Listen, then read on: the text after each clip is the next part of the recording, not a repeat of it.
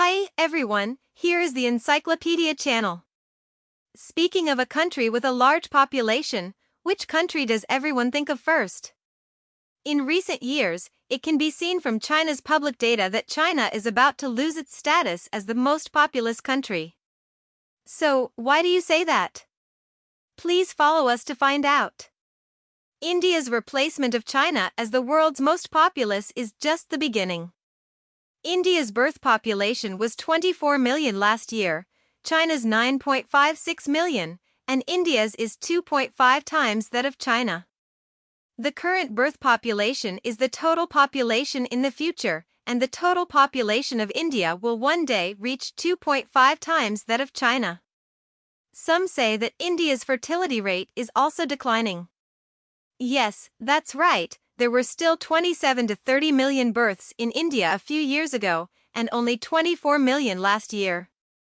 In contrast, the number of births in China was 18 million in the past few years, and it was only 9.56 million last year. India's birth population is also declining, but as long as the rate of decline is slower than China's, India will gradually expand its population advantage over China. 2.5x is probably just the start. Therefore, some people don't think that India and China are brothers and sisters when they see the decline in India's fertility rate. 10 years later, even if India's fertility rate drops to 1.6 to 1.7, the birth population drops to 20 million. Then China's fertility rate has dropped to 0.8 in South Korea now, and the birth population is only 5 million. If India's birth population is a multiple of China's, it will rise from 2.5 times to 4 times. What about 20 years later? When the post-10th generation fully enters the childbearing period, China's fertility rate will continue to decline, and the birth population will only be about 2 million. At that time, even if the birth population in India drops to 18 million, the size of India's birth population will expand to 9 times that of China. Then in the future, the total population of India will one day reach 9 times that of China. Some people also think of India's population explosion when they see India's population surpassing China's. However, India's population surpassed that of China not because of the population explosion, but because the two low fertility countries were worse than each other, and China was even worse than India. India's fertility rate dropped to around 1.95 last year, which is no longer a population explosion-like high fertility rate. In China, around 1990, an average of 22 million people were born every year, and about 10.5 million women were born. After 30 years, they entered the childbearing period. Now the number of births is only 9.56 million. How far has the fertility rate dropped? There is no way of knowing. China's per capita GDP reached $13,000 last year. Now that big data is leading the world, there is still no accurate statistical data on fertility rate. Isn't it incredible? Japan and South Korea's fertility data are released every month, and they are accurate to 1 decimal place. China doesn't even have statistics on the annual fertility rate. The data from China's Statistics Bureau and the Family Planning Commission compete with each other.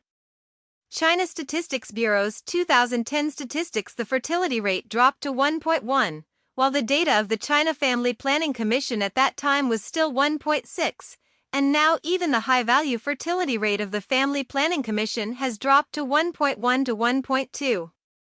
A few years ago, some people speculated that the peak population of India would not decline until it reached 1.6 billion. At present, the peak population of India may only be 1.55 billion, and the peak population will only be 9% higher than it is now. Is India overpopulated? In fact, I know a friend who has been to India. He has also been to Pakistan, Bangladesh, Nepal, and Sri Lanka at the same time. It may be different from what many people think. Under the same per capita resource conditions, Indians live better, at least much better than neighboring countries with a smaller population than him. My friend stayed in India for a long time after being in Pakistan, And he found that the income of Indians is generally 50% to 80% higher than that in Pakistan. But no matter what you eat in India, it is much cheaper than in Pakistan. His observations: vegetable and fruit prices in India are only half of those in Pakistan. Many light industrial products in India are far cheaper than those in Pakistan. Even for the same home appliances made in China, the market price in India plus tax is cheaper than in Pakistan. I have repeatedly confirmed that this is indeed the case, and it has subverted my previous cognition. He went to Sri Lanka again. Sri Lanka is better than India, right?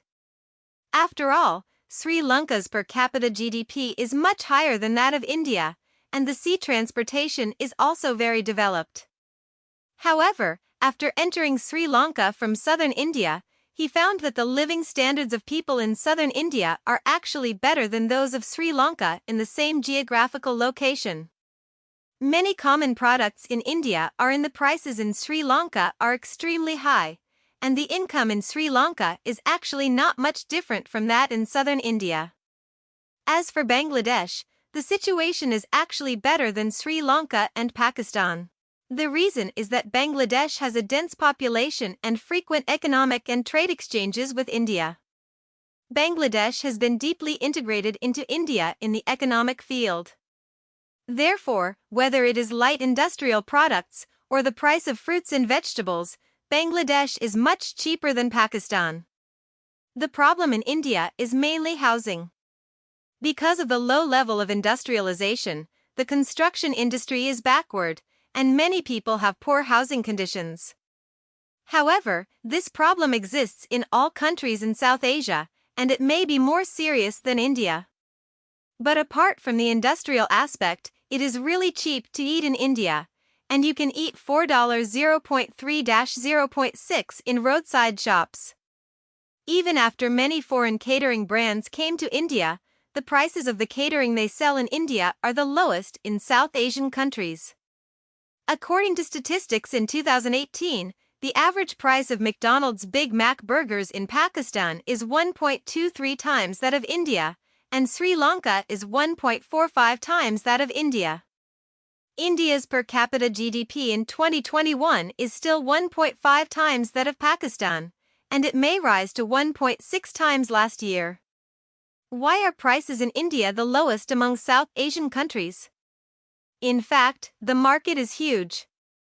Many products can rely on small profits but quick turnover to keep prices down. I just checked that the price of red rice in Pakistan is higher than that in India. Even Chinese companies cannot provide low-priced industrial products to Pakistan. If India only has a population of 100 to 200 million and its per capita resources are at the same level as Laos, it can export a little food. How much higher can its per capita GDP be than it is now? Now, with its huge population, India can still use the market for technology to force foreign companies to invest. At present, many large companies are really doing this, and they are being disciplined one by one. The population of India is still at the same level as that of China. In the future, the total population of India will be at least 3 to 4 times that of China, or even more than 10 times. At present, India's per capita GDP has stabilized at 1/5 of China's level. When India's total population reaches 3 to 4 times that of China's level, the gap between India's industry and China will still be at the current level, and India's total GDP will be close to China. Just as the current total population of India is 11 times that of Japan, India's total GDP in this year and next year may surpass that of Japan.